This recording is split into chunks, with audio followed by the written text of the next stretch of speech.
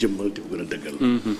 bi si jiitu mooy manque de souveraineté monétaire bi nga xam ne choix wu régime bi la aujourd'hui amputé na suñu ay moyens d'action ak suñu marge de manœuvre bi nga xam ne mooy tax ñu mën a faire face à la réalité économique bi nga xam ne loolu Sénégal dund aujourd'hui. lii ça se sent sooy xool la démarche de l'État du Sénégal suñu démarche bi nga xam ne de gestion de la trésorerie en réalité dans des endettements dans un cycle d'endettement bi nga xam ne c'est vrai que fii la ko fekk. mais dafa gën a accentué wu. et loolu wax dëgg yàlla dafay xaw a biaiser la possibilité d'être dans l'entrepreneuriat et surtout dans l'investissement. L'État n'est pas réellement dans l'investissement. L'État continue à gérer un fonctionnement bi nga xam ne qui est lourd. un fonctionnement bi nga xam ne en salaire en charge de la dette en dépense de prestige sax déjà parce que y a beaucoup de choses qui se font yoo xam ne bokkul ci fonctionnement mais prestige kese la donc loolu déjà muy benn point secondo rapport bi fi ñuy war ni il nous faut sincèrement ñu dem vers le règlement de la charge de la dette ndax Sénégal mënul continuer si dimension bu nekk chaque fois di lépp charge bi di gën a yokk aujourd'hui il y a presque yokkute bu yéeme diggante daaw ak ren par rapport à cette dette là il nous faut solutionner de manière crue le problème de la dette te loolu xam naa ni les leviers et les moyens pour le faire sont possibles ci kaw Sénégal envisager de reconquérir yenn souveraineté yi nga xam ne qu'il avait abandonné depuis des années donc lii vraiment point la bi nga xam ne tam point bu am solo beneen point bi nga xam ne point la bi nga xam ne tamit mën ñu ko ñàkk seetlu mooy la masse salariale donc gis nañ ni vraiment yokku na très important ça nous indique daf ñuy interpeller par rapport ak jamono bi ñuy wax naan dañoo dàq lu ëpp 30 000 personnes gis naa sax collectif ay nit yoo xam ne dañoo wàññi ay emploi dafa mel ni emploi yi wàññeekul mais dafa mel ni emploi bi yokku na man nag par rapport à ma doctrine économique dama gëm ni l'État doit être un grand employeur dama gëm ni État dafa war a jël et dama gëm ni État dafa war a gën a yokku sax cette capacité là à pouvoir faire travailler beaucoup de gens et loolu dafay booster dans des secteurs bien orientés dafay régler waat le problème des problèmes économiques yi nga xam ne luñ fi fekk da nga jàpp ne kon bu ñu sukkandikoo ci 30 000 emplois perdus yooyu ñu dénoncé masse salariale donc dafa waroon a wàññeeku et que bizarrement dafa yokk kon am na xëy na loo xam ne leerul trop am na si lu bëri li nga xam ne kon manipulation la ndax quand on dit que y a plus de 30 000 personnes yu perdent seen liggéey man déjà chiffre boobu je le compte nee nañ 26 000 fer à dàq foofu lañ ko parce que 26 000 aussi c'est déjà énorme pour juste benn këru liggéeykaay fer à c'est des emplois précaires peut-être ay emplois yoo xam ne saisonniers emploi à mi-temps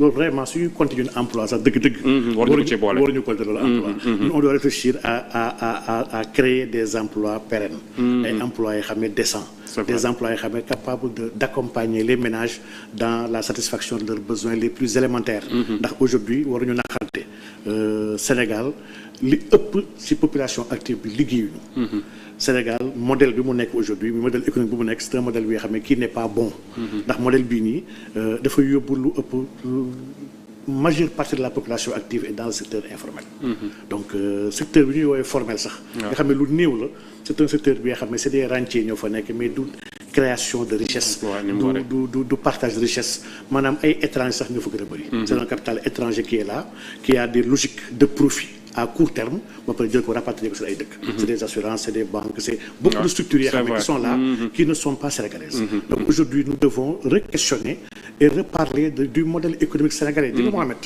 Sénégal baaxoo nañu def ay waxtaan di discuter sur la démocratie baax nañu def ay réformes même di parler des institutions mais on fait pas de réforme économique on parle pas de notre économie pour que ñu mën a moom suñu koom musuñu ko waxtaanee depuis indépendance ba tey le colon nous a légué un état néocolonial bi nga xam ne économie de traite la bi nga xam ne dafa toog dans un circuit bi nga xam ne circuit bu grave la mooy exporter des matières premières importer des produits finis xaar IDE investissement étranger endetté pour régler les problèmes les plus élémentaires refus d'industrialisation agriculture bi nga xam ne incapable de relever les défis d'autosuffisance alimentaire. mais côté boobu da ngay d'accord ne régime bi mi ngi ci def ay jéego. le premier ministre déjà c'est un discours boo xam ne souvent da koy wax notre transformation de nos matières premières industrialisation. loolu voilà il y a une différence entre le discours ak les faits. Ça, c'est vrai aussi. Le discours est bon, mais dans les faits, il y a une absence extraordinaire. Maanaam nous devons discuter du modèle économique bi nga xam ne moo war a yóbbu Sénégal. Nous devons discuter modèle boobu ba modèle la war a nekk. Quelles sont les priorités qu'on doit lui donner? Quels doivent être les moteurs de l'économie? Quels doivent être les moyens de production qu'on doit prioriser? Dans quel secteur doit-on orienter les ressources? D'où devons-nous tirer les ressources nécessaires à notre transformation? Etc. Lii mooy les enjeux yi xam ne sincèrement à l'ère actuelle de l'intelligence artificielle, de l'économie bleue, l'économie numérique. Aujourd'hui, mënuñu ñàkk toog waxtaan de manière sérieuse fan la ñu nekk fan la ñu war dem fan naa lii le professeur Amadou Ali Mbaye doon wax waxu positionnement stratégique. Et il avait totalement raison.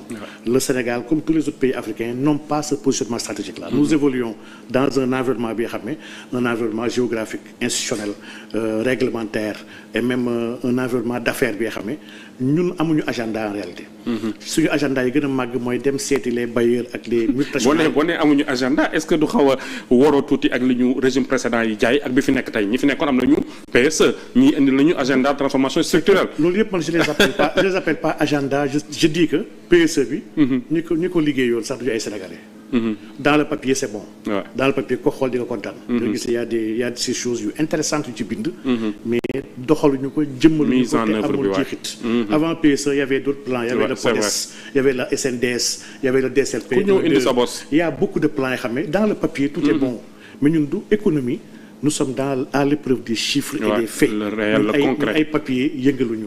léegi dafa am lu am solo loo sànq nee nga entre les paroles les propos ak les faits les actes dafa am benn écart boo xam ne. ci la ñu war a liggéey.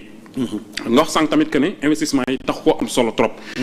On parle de 2,6 milliards ci premier trimestre bi. mu doon lu insignifiant lu amul solo trop.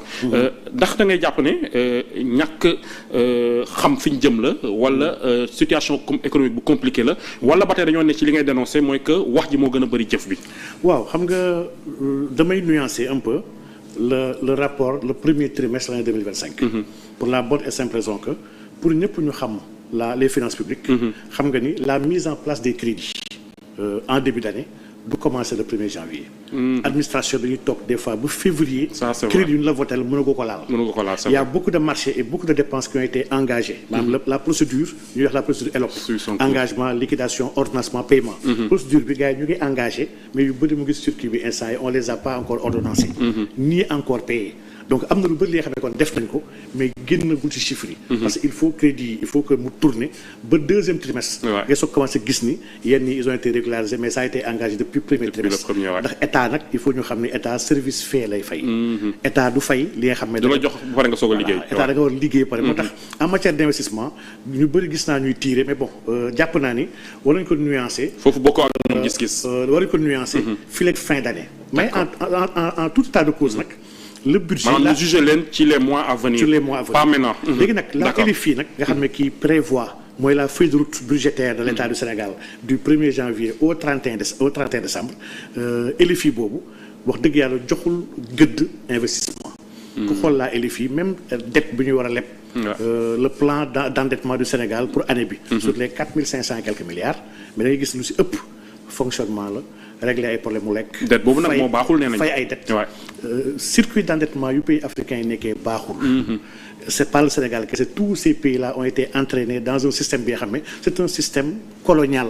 un système bi nga xam ne daf ñuy tënk à être toujours dans la dépendance. à vouloir aller au nord. pour uti ndimbal. à pouvoir chercher des bouées de sauvetage. pour mën a exister à mendier et à demander de l'aide. ay des dons. Vraiment système bi la ñu war a génn. système bi depuis Senghor la ci waroon génn. Parce qu'aujourd'hui quand on dit que la dette est déjà élevée sous ce régime on ne doit pas peut-être leur en vouloir dans la mesure où lu bëri dañ koy fay dette yi ñu fi fekk aussi. Oui, ils sont pas responsables. Voilà. Ils peuvent tenir comme responsable de l'état d'endettement actuel du Sénégal qui n'est pas sérieux. Ils ont trouvé un état d'endettement extraordinaire. Comme quelqu'un bu ñëw fekk un déficit public de 12,7%. ñu ne déetawaay nga fekk un ratio de dette rapporté au PIB qui dépasse 116%. C'est énorme. kii wax dëgg yàlla boo taxawee bëgg ko jàpp responsable la dette da ngay caaxaan. foofu nag laa mënul d'accord toujours ak FMI ak Banque centrale. parce que dette bu ñuy wax ne c'est une dette cachée du régime du président Macky Sall. Oui. Contractée au niveau du secteur bancaire local. Fii y a un régulateur bi nga xam ne qui régule toute l'activité bancaire au Sénégal. C'est la banque centrale. amul crédit bu ñuy def dans l'espace UEMOA lu may banque centrale xam na ko. ndax les banques sont dans des mécanismes yoo xam ne y a des règles prudentielles y a des règles de surveillance y a beaucoup de règles yoo xam ne banque centrale ci tënk toutes les banques. donc situation bi Sénégal nekkoon sous régime de Macky Sall banque centrale réeréw ko. et donc cette affaire de dette cachée tappale la c'est pas caché. banque centrale bu ko réeréwul FMI réeréwu ko. les gens nag ont fermé les yeux parce que loolu chaque fois mu wax ko chaque fois mu rappelé ko Sénégalais yi il y a ce qu'on appelle la dette contingente dans tous les pays il y en a. dans tous les pays. France gii gars yi jël def ko bàjjen def ko modèle. mais il y a une dette contingente extraordinaire aujourd'hui tey soo seetloo tey France problème bi yëpp mu ngi ci problème ba tey ñoo bokk xeex. ñoom ñu ngi ci problème bu budget bi ak problème bu xaalis bi naka la état di dépenser. ñun nous sommes dans la dépense publique di casse temps waruñu jënd nangam waruñu jënd oto waruñu jënd nangam mais aujourd'hui la réforme des retraites. France instant ñu ngi tax a ju xool parce que les premiers postes après la retraite mais dañuy gis ni l'État dépense trop. pour ay salaires pour ay voyages ay tournées de prestige. et c'est pas normal. mais professeur dafa am loo bëgg ñu taxaw tuuti mooy cette affaire de dette cachée.